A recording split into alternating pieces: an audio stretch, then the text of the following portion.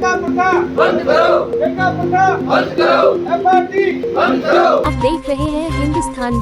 जैसलमेर में आज राजस्थान विद्युत तकनीकी कर्मचारी एसोसिएशन के तत्वावधान में एक दिवसीय धरना प्रदर्शन किया गया। एसोसिएशन के जिलाध्यक्ष राजेंद्र कुमार सैनी ने बताया कि विद्युत तकनीकी कर्मचारी लंबे समय से अपने अधिकारों और सुविधाओं के लिए संघर्ष कर रहे हैं, लेकिन सरकार की उदासीनता के कारण उनकी मांगें पूरी नहीं हो पा रही है।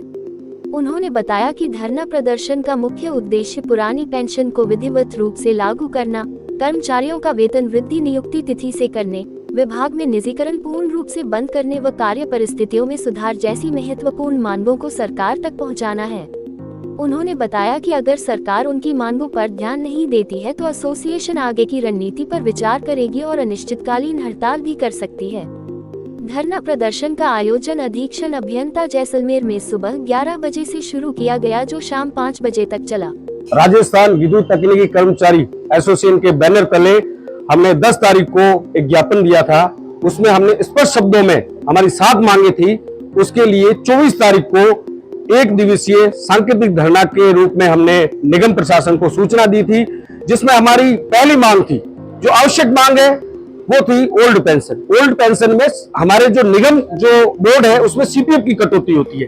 वो सीपीएफ की कटौती राज्य सरकार ने ओल्ड पेंशन की घोषणा भी कर दी और अन्य डिपार्टमेंट में लागू भी कर दी, लेकिन निगम बोर्ड में सीपीएफ की कटौती अभी भी जारी है। तो हम ये चाह रहे हैं जब राज्य सरकार के तर्ज पर हमें भी ओल्ड पेंशन लागू की जाए। दूसरी मांग हमारी थी आरजीएस। जो आरजीएस में भी निगम वालों का जो मामला है, उसमें जो लिमिट है वो कम है। जब हम राज्य सरकार के अधीन अति आवश्यक सेवाओं में काम करते हैं तो फिर हम राज्य सरकार के जो आरजीएस का जो कर्मचारियों को राज्य सरकार को जो सुविधा मिलती है वो निगम बोर्ड को भी मिलनी चाहिए, निगम बोर्ड को मिलनी चाहिए। चौथा है हमारा इंटर डिस्कॉम नीति।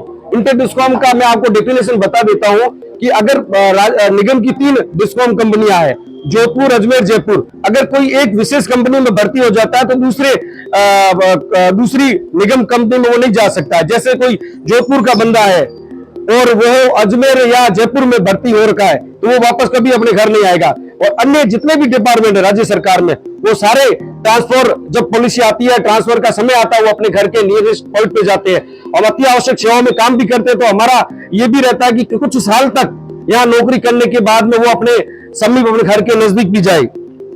चौथी हमारी मांग थी कि आईटीआई होल्डर में हमारा जो अपग्रेडेशन हुआ था, ये सबसे मुख्य मांग है, क्योंकि यहाँ भेदभाव हो रहा है। भेदभाव पहला ये, जयपुर में तो हमारी जो ज्वाइनिंग डेट से फायदा दिया जा रहा है, लेकिन जोधपुर और अजमेर डिस्कॉम में अभी तक जो हमारा जो नेक्स्ट पदोन्नति है वो ज्वाइनिंग डेट से नहीं हो रही है। इसका हम भरपूर विरोध कर रहे हैं और अगर ये हमारी मांग पूरी नहीं होगी तो हम न्यायालय में भी जाएंगे और न्यायालय की शरण लेंगे और ये हमारा हक है।